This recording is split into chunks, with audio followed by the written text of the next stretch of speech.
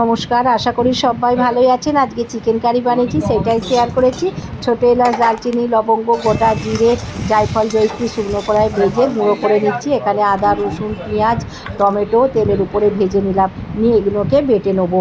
এবার তেলের উপরে আলুটাকে হলুদ দিয়ে লাল করে ভেজে নিলাম। কড়াতে আবার তেল দিয়েছি, চিকেনটাকে একটু ভেজে নিচ্ছি। চিকেনকে ভেজে রান্না করলে কষার সময় চিকেন আর ছেড়ে যায় না। এবার চিকেনটা ভাজা হয়ে গেছে, তুলে নিয়েছি। তেজপাতা আর গোটা জিরে ফোড়ন দিলাম, দিয়ে পেঁয়াজ, আদা, রসুন, টমেটো যে ভেজে বেটে নিয়েছিলাম দিয়ে দিলাম। স্বাদ মতন ঝাল লঙ্কার গুঁড়ো দিলাম, হলুদ গুঁড়ো দিলাম, ধনে গুঁড়ো দিলাম, দিয়ে ভালো করে মশলাটাকে কষে নিয়েছি। এবার চিকেনটাকে ভাজা ছিল দিয়ে দিলাম, লবণ দিয়ে ভালো করে কষে নিয়েছি।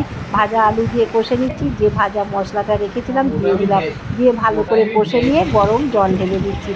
পরিমাণ মতন গরম জল দিলাম, দিয়ে ঢাকা দিয়ে দিচ্ছি। ভালো লাগলে চ্যানেলটিকে সাবস্ক্রাইব করবেন, লাইক করবেন, শেয়ার করবেন, কমেন্ট করে জানাবেন চিকেন কারি কেমন হয়েছে। ঢাকা দিয়েছিলাম, খুলে নিয়েছি, আলু সেদ্ধ হয়ে গেছে। এবার ঘি দিয়ে নামিয়ে নিচ্ছি। হয়ে গেল আমার চিকেন কারি।